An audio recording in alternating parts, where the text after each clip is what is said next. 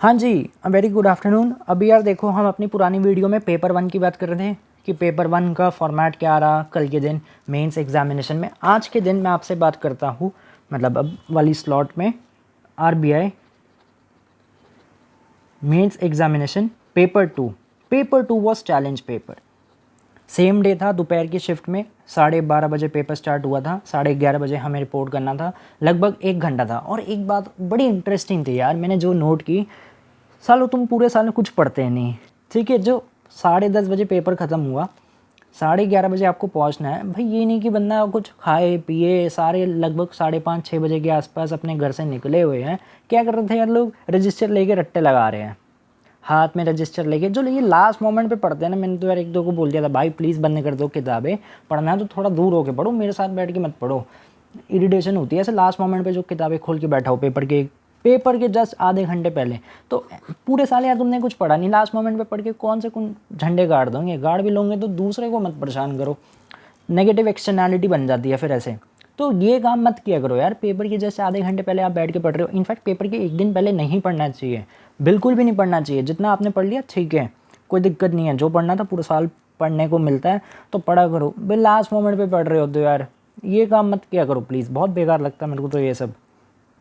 Then paper 2 12:30 से 2:30, same वही 100 number, 2 घंटे। ये चैलेंज पेपर था भाई। जो भी पेपर 2 में बेस्ट परफॉर्म करेगा ना, वो तो पार कर देगा बेड़ा, बाकी सबकी लंका लगेगी।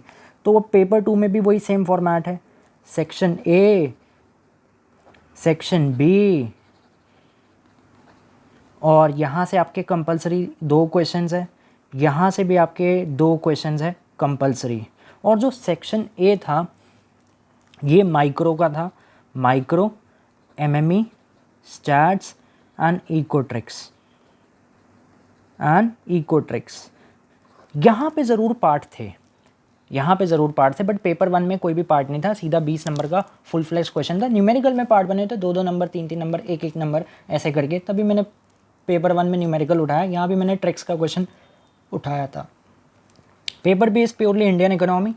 एंड जो इंडियन इको थी भाई, अगर किसी ने टिपिकल इंडियन इको नहीं पढ़ी तो उसके लिए फ़ायदा था, क्योंकि जो भी इंडियन इकोनॉमी थी वो सारी करंट अफेयर्स। इसलिए मैं कहता था कि आरबीआई की जो एमपीसी रिपोर्ट्स होती है वो इंपॉर्टेंट होती है। आरबीआई की जो प्रेस कॉन्फ्रेंसेज हो रही है, एमपीसी की रिपोर्ट्स आती है। लाइक रिसेंट जो मीट हुई थी वो थी 10 अगस्त के दिन, एमपीसी की रिपोर्ट। और यही सब मैं क्लास में भी आपको बताता रहता हूँ कि भाई Indian economy, current affairs, government schemes आपको तोते की तरह याद होनी चाहिए। वही सारे क्वेश्चंस थे इंडियन इकोनॉमी के। सबसे पहला क्वेश्चन तो यही था, और मैंने इंडियन इको से ही बाय डिफ़ॉल्ट 3 क्वेश्चंस करे थे। यहाँ से मैंने 2 क्वेश्चन ही किए थे, कंपलसरी था इसलिए करना पड़ा था, ऑप्शन नहीं था। सबसे पहला क्वेश्चन तो यही था, ग्रोथ एंड एम्प्लॉयमेंट के ऊपर क्या इफेक्ट हुआ पोस्ट कोविड पीरियड। अब लिखने को तो बहुत कुछ था, बट वही था कि आपको टाइम मैनेज करना है, क्योंकि सिर्फ 2 घंटे हैं।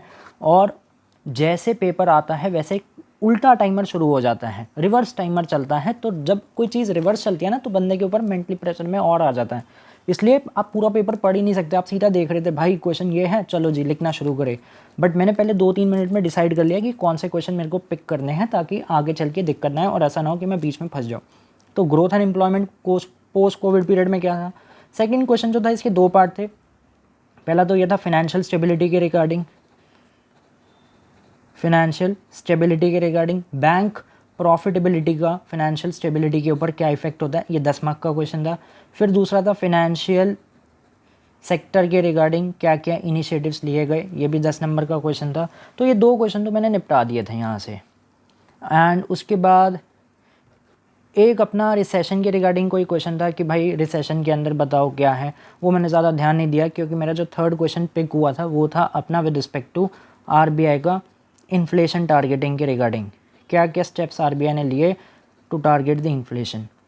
तो मैंने तो ये 3 क्वेश्चन यहाँ से पिक किए थे, बाकी मैंने इसके ज़्यादा देखे नहीं, क्योंकि यहाँ से भी 2 क्वेश्चन फिर मैनेज करने थे। तो ये था, एक एम्प्लॉयमेंट वाला क्वेश्चन किया और ये किया, ये 20 नंबर का क्वेश्चन था।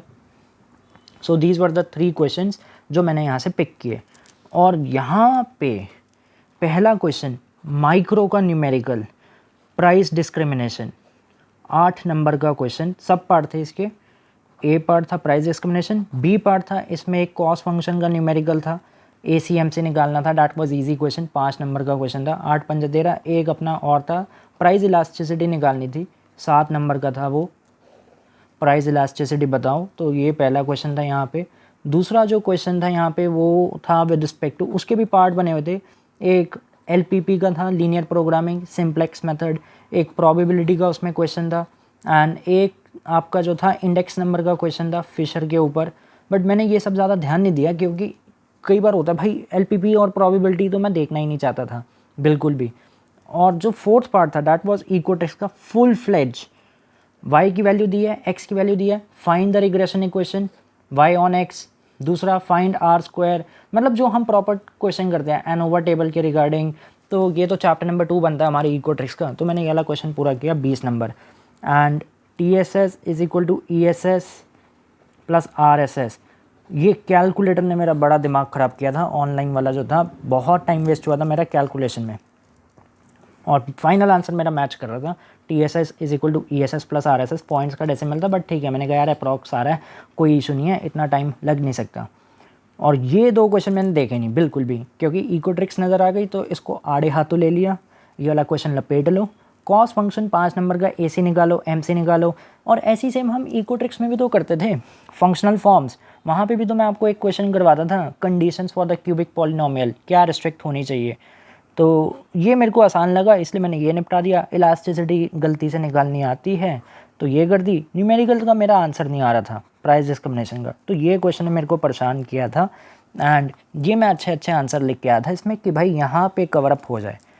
सो दिस वाज, भाई जब ऐसे देखते हैं ना पेपर तो लगता बड़ा आसान है, जब आप लिखने बैठते हो ना तो आती है समझ कि भाई टाइम लिमिट में आपको पेपर पूरा करना है तो कैसे होगा। दिखने को तो लग रहा होगा अरे बड़े आसान क्वेश्चन है, नो डाउट पेपर लगता आसान है, बट जब आप करने बैठते हो और जब टाइम लिमिट ऐसा मेंटेन हो और जब वो गंदा सा कैलकुलेटर स्क्रीन पे हो ना, जब आपकी कैलकुलेशंस ना हो रही हो, तो तब समझ आती है कौन गधा है कौन अपना घोड़ा है।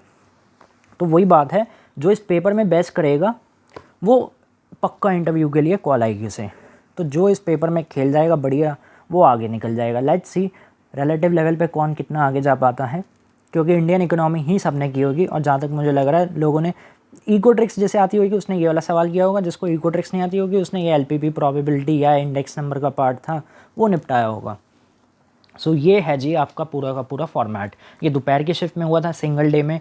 इसका सिलेबस है micro macro stats and tricks. यहाँ पे सिर्फ इंडियन इकोनॉमी आती है और कोई भी नेहरू महालुमिनस नेहरू जी का भी ये समय नहीं है, ये नया भारत है। तो नए भारत में नए भारत वाले सवाल आते हैं, growth and employment post Covid. तो करंट अफेयर्स था, जिसके करंट अफेयर्स की नॉलेज अच्छी है, जिसको गवर्नमेंट ऑफ इंडिया की स्कीम्स पता है, देन उसके साथ जिसको RBI की FSR फाइनेंशियल स्टेबिलिटी रिपोर्ट पता है, क्योंकि फाइनेंशियल स्टेबिलिटी का क्वेश्चन देखो आया था। और जब ये सिलेबस आया था या जब फॉर्मेट चेंज हुआ था तब भी मैंने यूट्यूब वीडियो बना के बोला था FSR ज़रूर पढ़ के जाना क्योंकि पेपर में आएगी। इसलिए मेरे को पता था कि FSR पढ़नी है क्योंकि पेपर में आनी है। RBI का पेपर है और आप RBI की रिपोर्ट्स नहीं पढ़ रहे, डैट मीन्स राइट ट्रैक पे प्रिपरेशन नहीं जारी फिर। तो इसलिए आई वॉज श्योर कि ये क्वेश्चन आएगा, तो मैं इंडियन इकोनॉमी के ऊपर ज़्यादा फोकस था रादर दैन ये MME stats and econometrics. And this was a game changer micro का न्यूमेरिकल। ऑल्दो इसकी जो राइट जगह बनती है वो बनती है सुबह वाले स्लॉट में। यहाँ पे माइक्रो का न्यूमेरिकल आता ना तो सही चल जाता, किसी को कोई दिक्कत नहीं थी। बट क्योंकि मेंटली कोई बंदा प्रिपेयर नहीं था, बिकॉज हमें ये 3 चीज़ें पता है, MME स्टैट्स एंड इकोट्रिक्स आती हैं और यहाँ पे आ गया माइक्रो का न्यूमेरिकल। प्राइस डिस्क्रिमिनेशन निकालो और उसके साथ अपना कॉस्ट फंक्शन, प्राइस इलास्टिसिटी। अगर यहाँ पे स्टैट्स का कोई क्वेश्चन आ जाता या ट्रिक्स का कोई प्रॉपर्टी प्रूफ करने वाला होता या कोई थ्योरी का आ जाता तो बंदा वो कर लेता। बट ये क्वेश्चन बड़ा परेशान किया था लोगों को, और यहाँ पे भी कुछ अच्छे खासे ऑप्शंस नहीं थे। एक LPP लग रहा है, एक प्रोबेबिलिटी लग रही है, इंडेक्स नंबर में भी बड़ा गंदा क्वेश्चन था, मैंने ध्यान ही नहीं दिया क्योंकि 2 क्वेश्चन मेरे पिक हो गए थे कि मेरे को कौन से पिक करने हैं 2 घंटे के लिए जो मैं टाइमली पूरा कर लूँ। एंड बात की जाए अगर इसमें तो देखो कुछ खास होता नहीं पन्नों का, आप प्रैक्टिकल क्वेश्चन है तो यहाँ पे तो मैटर नहीं करते पेजेस कितने आपने लिए। और जहाँ तक बात है इसकी, ये मैंने काफ़ी अच्छा आंसर लिखा था, ग्रोथ एंड एम्प्लॉयमेंट। मुझे लग रहा है कि भाई मैंने अपना यहाँ पे बेस्ट आंसर लिखा है इन तीनों में, और ये मैंने लिखे थे लगभग 3 पन्नों के आसपास, 3 साढ़े 3 पन्ने मैंने इसके भर दिए थे। इसके भी मैंने लगभग 1.5 2 पन्ने भर दिए थे, और इसमें भी लगभग मैंने 2 या 3 पेजेस तो भर ही दिए थे। तो ये वाले क्वेश्चंस मैंने यहाँ से पिक किए थे, इसलिए बोलता हूँ जी देखो इतना बड़ा सिलेबस है, लेट अस सपोज, और आप अगर इतना भी पढ़ रहे हो, पूरा का पूरा सिलेबस पढ़ रहे हो, अगर आपको इतना भी रिटेन रहा, और जितना अगर आपको ये रिटेन रहा, अगर आपने ये ऑन पेपर लिख दिया तो गेम पार हो जाती है। और अगर इतना ऑन पेपर की जगह सिर्फ इतना लिख पा रहे हो तो दिक्कत की बात है। इसलिए लिखा करो, लिखने से ही चीज़ें आती है, लिखने से ही पता चलता है। और उसी के साथ साथ ये टाइम लिमिटेशन भी पता चलती है कि आप टाइम लिमिटेशन में 2 घंटे में क्या 5 क्वेश्चन निपटा पा रहे हो। देखो जी, जब 2 घंटे मिल रहे हैं यहाँ पे 5 क्वेश्चन करना है, इकोनॉमिक सर्विसेज में तो 3 घंटे मिलते हैं और 3 घंटे में लगभग हमें 11 क्वेश्चन निपटाने हैं, तो 1 घंटे में 6 क्वेश्चन और लिखने हैं। और बहुत लोगों से पूरा भी नहीं हो पाए थे 5 क्वेश्चन, किसी से 5 क्वेश्चन नहीं हो पाए थे, बिकॉज कारण क्या था, अब कोई इंसान अगर इस क्वेश्चन के पीछे पड़ जाए, वो इसके अंदर 4 पेज लिख दे और उसने ये क्वेश्चन में 1 पेज लिखा, यहाँ पे 1 पेज लिखा, तो क्या हुआ, अनबैलेंस लग गया। आपका बैलेंसिंग चलनी चाहिए ताकि आप हर एक थ्योरी के क्वेश्चन को इतना बैलेंस रखो ताकि आपका पेपर टाइमली पूरा हो जाए, राइट। तो बाकी बातें हम क्लास में करेंगे इसकी। ये कल का है पेपर और 24 के लिए अब आप अगर तैयारी कर रहे हैं तो बहुत अच्छी बात है। कोई भी अगर आपको गाइडेंस चाहिए, कुछ भी अगर पूछना है, this is a new format, यही फॉर्मेट अब चलेगा, क्योंकि जब भी पेपर फॉर्मेट चेंज होता है कम से कम वो 2-3 साल तक चलता है। तो आप मेरे से पूछ सकते हो, this is my contact number 9811042456 and ये भी एक और है, तो आप इन दोनों में से कोई भी व्हाट्सअप कर सकते हो या कॉल भी कर सकते हो, जो भी आपकी दिक्कत है वो आप पूछ सकते हैं, ठीक है जी। तो पूरा मटेरियल आपको इसका मेरी साइड से प्रोवाइड होता है, मल्टीपल चॉइस के लिए बुकलेट्स, इंग्लिश की भी प्रिपरेशन मैं आपको करवाता हूँ, इसके लिए प्रॉपर बुकलेट्स मिलती हैं इंग्लिश के लिए, और IES के साथ हम इसकी तैयारी एट पैरेलल करते हैं, राइट।